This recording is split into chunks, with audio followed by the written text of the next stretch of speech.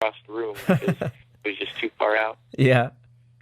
That aside, spend some time in the field with this guy, and we definitely had some interesting experiences out there. Really? We didn't see anything. Yeah. We definitely heard them. Huh. There was something large and humanoid nearby that fit the criteria of typical Bigfoot activity. So what, rocks, screeches, branch breaking? Interesting. What we had, it was thumping. Right. It sounded like somebody thumping around.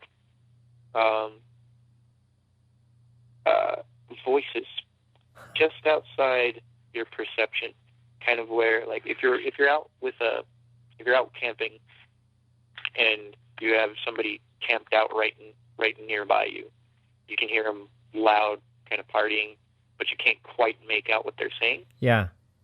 That's kind of like what we were experiencing here, only we were miles out into the wilderness, and we were sure there was nobody camped anywhere near us. Interesting. We also heard, that was mostly it. We heard thumping and that kind of like voices, just kind of whispering, just barely beyond your perception. Yeah. I've heard that before, that they have their own kind of language. Yeah. You've heard that before? Yeah, I have heard that before. I just subscribed to a couple of Bigfoot radio broadcasts on Blog Talk. And it's kind of interesting to hear what some of those investigators are reporting. I can't wait to see the Erickson Project stuff, though. Hopefully it's what it's cracked up. Just one last note, though, is what's coming up for you guys. I know you guys put up a journal, but what's coming up for the Crypto Science Society for people who want to follow? The biggest thing up next is the Mad Science Fair. It's an event that was our brain baby. Actually, Savannah Powell, my girlfriend and member, helped come up with the idea for, let's just have a Mad Science Fair. Why not? Another group of, have to point out Aubrey Cloud and Kat Daly. The three of them kind of really pushed that idea to have this event. It was basically it's a venue to present alternative research of any kind. So everything from, we've got a guy, Phil Catalano. He's part of the SSC. He identifies as a wizard. He's got a hefty engineering background. He's doing a presentation. Joe Fex, talking about Bigfoot and old Bigfoot Gothic type. It's a Victorian era type of Bigfoot reports. We have our Dr. Christy Sumner, our faculty advisor, who's also a paranormal researcher with her own group, doing a presentation on ghost hunting. What else do we have? We've got the Steampunks, Colorado Steampunk group, doing cool. a presentation. Nice. As for those of you who don't know, it's basically Victorian science fiction, so there's a lot of mad science aspects to that. And then it's open for local community members to have an exhibit to present either anything from artwork to a science project they've been working on, an invention, whatever. So it's really kind of a joint thing. Exhibits like a youth science fair and a scientific symposium all mixed into one. And so can people who have questions contact you at jasons.cordova@gmail.com about that as well? Okay. Well, sounds like you got your hands full. You're going away to Illinois, are you soon, in June? Uh-huh. And actually, first week of May we're leaving. Oh, that's so exciting. But agriculture, I consider it kind of astronaut training. You have to learn how to plant stuff on Mars, right? Right.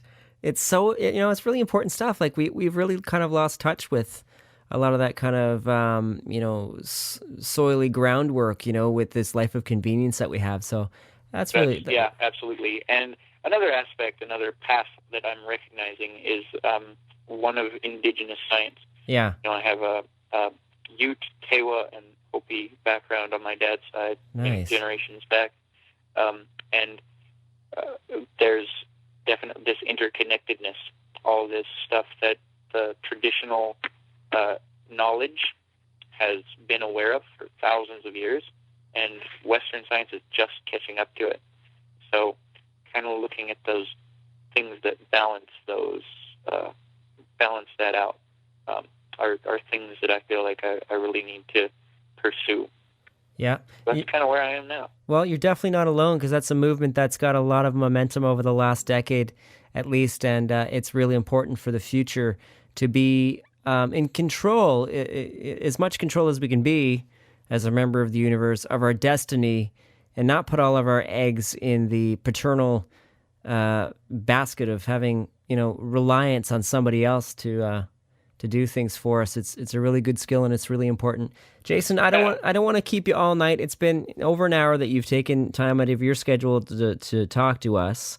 The Crypto Science Society is a group there at Metro State College in Denver, Colorado. It was founded by you, Jason Cordova, and now there's a new president, and you're on the alumni board.